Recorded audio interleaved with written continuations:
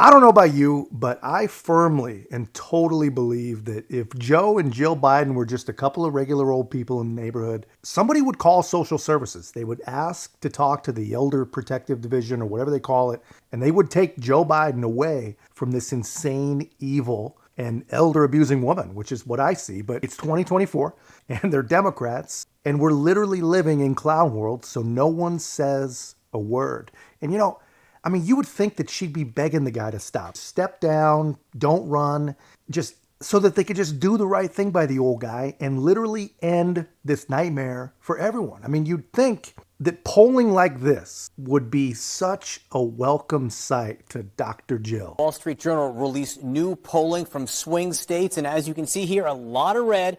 Donald Trump leading President Biden in 6 of 7 swing states. Only in Wisconsin does President Biden hold a very small lead. With us now, CNN senior data reporter Harry Enton. And the question, Harry, is why? What are you seeing underneath the numbers that might contribute to these leads for Donald Trump, particularly when it comes to support for President Biden among Democrats? Yeah, let's take a look here. So this is approval among Democrats on Biden's handling of a lot of different issues here.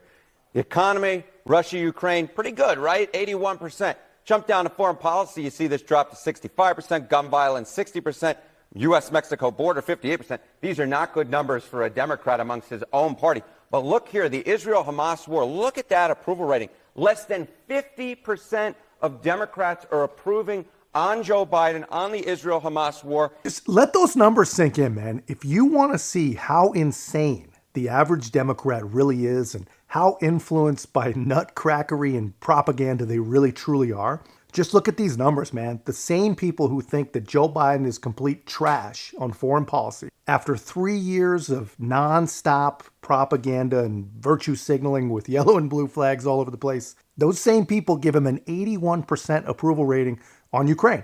How can you believe that he's a bad foreign policy president, but good on Ukraine? It's not Afghanistan because they don't care about that. They believe that was a success. 13 Americans dead, disgraceful surrender that no one's been held accountable for. Women and girls and gays essentially left for dead. But you know what? The most successful airlift in history. So it's a success, So I don't know. What's the problem? Well, I think that in the year 2024, this is just my opinion, there's nothing a Democrat dislikes more than a Jew.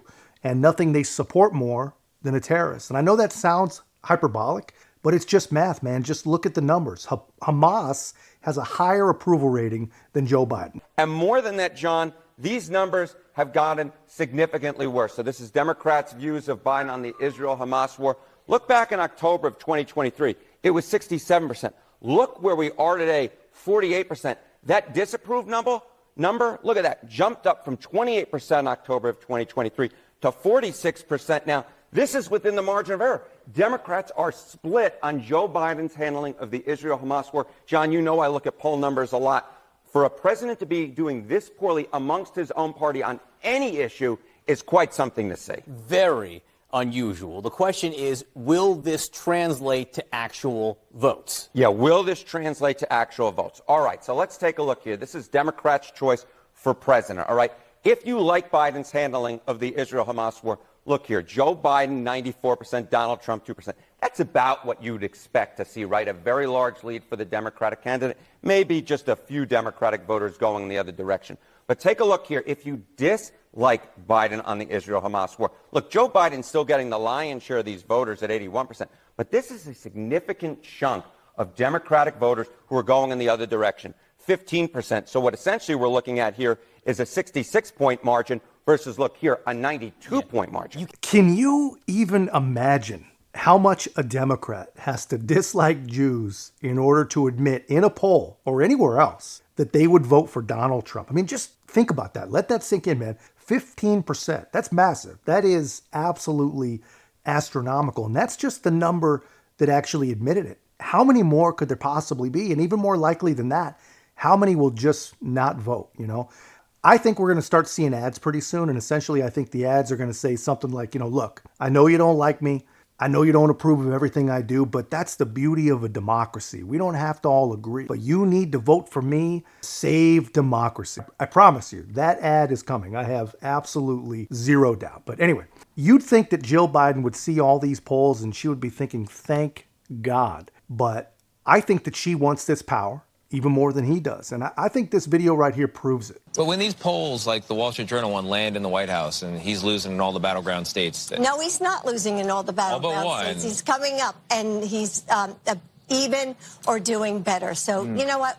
Once people start to focus in and they see their two choices, it's obvious that Joe will win this election. All right. So either she's completely misinformed or the president's wife is the one who literally taught him how to gaslight in the first place, because she looks and sounds really insane is what she looks and sounds like. I mean, she says he's not losing, he's catching up. So obviously she doesn't really know what losing means. She knows less about how losing works than she does about how to spot dementia. But I mean, come on, man. Just think about what we have here. We have a lady who wakes up next to a guy who probably needs some real coaching, to say the least, before he's ready to president and be seen by actual people. And we all know what we see. And what we see is as curated and controlled as it could possibly be. So imagine what she sees, man. You know, they don't have the Easter Bunny around all the time. She knows that she's subjecting her husband, her family, and most of all, she knows that she's subjecting her country to basically elder abuse, man. And she's out playing propaganda so that we can keep abusing the poor. And honestly, I think we need to charge her with those documents that were stashed all over her house, because she's the only one that actually knows what's happening. And worse than knows what's happening, she is letting it all happen. But anyway, that's just my take, man. Let me know your thoughts in the comments, guys. And if you haven't already, be a part of our growth. Make sure to like, comment, subscribe. Most importantly, share the channel. I'll see you in the next one.